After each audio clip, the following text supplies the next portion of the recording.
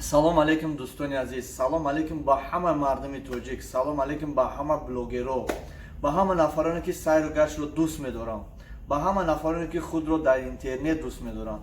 Дӯстони азиз, шукронаи худо, имрӯз беҳтарин нияте ки мо карда будем, ҳар як муъмину мусулмон нияте дар дил дорад, имрӯз ҷомаи амал иншоаллоҳ пушидааст.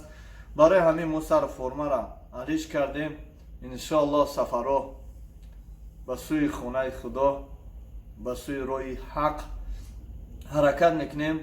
Аз имрӯз иборатан кӯшиш мекунем ки наворҳои мо беҳтарин наворҳо шава ва ягон музика дар бар нагира.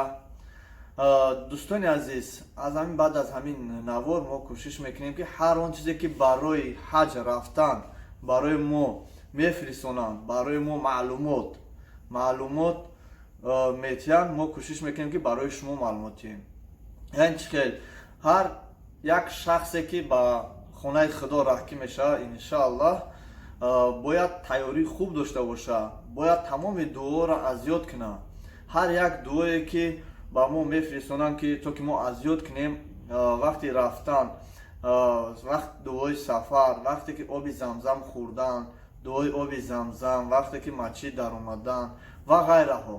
Дӯстони азиз, агар шумо хоҳишманди чунин наворҳо дошта бошед, марҳамат, пас ин наворро пешниҳоди ҳама дӯстон кунед ки ҳама блогерро, аз ҳамаи шумо эҳтиромона хоҳиш мекунем ки ин навори моро паҳн кунед, то ки дигар бародаро бинанд. Ва орзу дорам ки ҳамаи ҳамин блогерое ки дар Тоҷикистон ҳастанд ва дар тамоми гӯшаву канори Россия аз ҳамин рӯз иборатан ният кунанд ки иншоаллоҳ ки ба хонаи худо сафар кунанд ва рафта тамоми ҷойҳое ки нозикиёш ҳастанд, тамоми дарсош ҳастанд, тамоми ҳамин рафту рафтори ҳоҷиёро наворбардорӣ карда дар ютуб гузоранд, то ки дигар бародаро бинанд ва омӯзанд, пеши рафтан ёд гиранд. Бисёр одамо наметавонанд рафта ва мехоҳанд ки ба пуррагӣ тамошо кунанд бо забони тоҷикӣ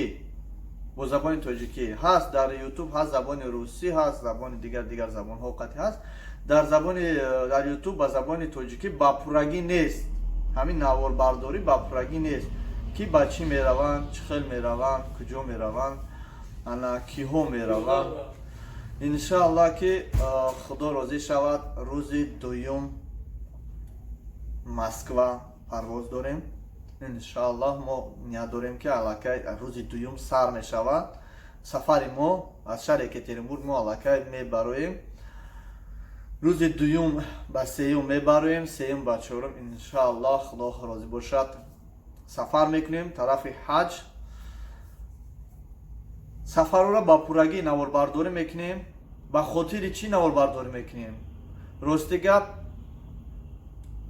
наворбардорӣ ба хотири роҳи ҳақ, ба хотири бародароне ки орзу доранд ва мехоҳанд ки пешакӣ тайёр шаванд ва кӯшиш мекунанд ки омода бошанд ба ҳамун хотир, ба хотире ки шумо дар дилтон боз бисёртар меҳр пайдо шавад аз тарафи блогери шаҳри Екатеринбург ки тӯли чандин сол шумо маро мешиносед. Ман дар чандин телевизорҳо баромад кардам, дар шаҳри Екатеринбург дар чандин мероприятиёшон ҳаракат кардагӣ, иштирок кардагӣ, дар ярмаркаҳошон, дар бозоршон, дар откритишон, худмон ҳатто открит гуфти гапо кушода кардем ҳамин магазина дар шаҳри Екатеринбург. тӯли чандин сол аст ки ман дар ҳамин шаҳри Екатеринбург активни блогери шаҳри Екатеринбург аз тарафи тоҷико ҳастам. бо ба ғайраи ман бисёр одамо ҳастанд, лекин яке аз шинохтаи онҳо ман ҳастам. Ба ҳамин хотир рости гап плани ман ин хел буд ки ман Сочи рафтам, Москва рафтам, бояд ман Ӯзбекистон, Қирғизистон, Қазақстон, Тоҷикистон, Китай, Ветнам ва Таиланд равам. Лекин имрӯз ба ман шанс гирифта аз тарафи худованд барои ман беҳтарин тӯҳфа шудагия ки иншоаллоҳ мо тарафи ҳаҷ мерем, худо розӣ бошад.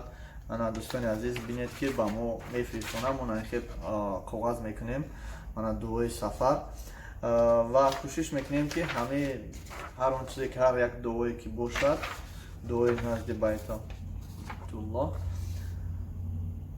ҳар як чизе ки бошад шумода бо пешниҳоди шумо кунам.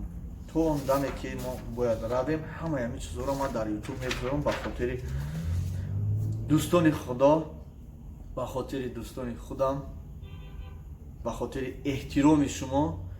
Ва ман аз ҳамаи блогеро, аз ҳамаи падару модаро, аз ҳамаи бародаро, аз ҳамаи мардуми муъмини мусулмон як ҳафт дуо. сафарма мехатар гардад, худованди бахшандаи меҳрубон ҳаҷи кардагиро қабул гардам. дар ҳаққи мо дуо кунед дӯстони азиз. мо интизори дуои шумо ҳастем. худо ҳаматона ба ин орзуи нек расона. ҳаҷи ҳаматона худо. دعاء رسول الله عند السفر. الله أكبر الله أكبر الله أكبر. سبحان الذي سخر لنا هذا وما كنا له مقرنين وإنا إلى ربنا لمنقلبون. صدق الله العظيم. اللهم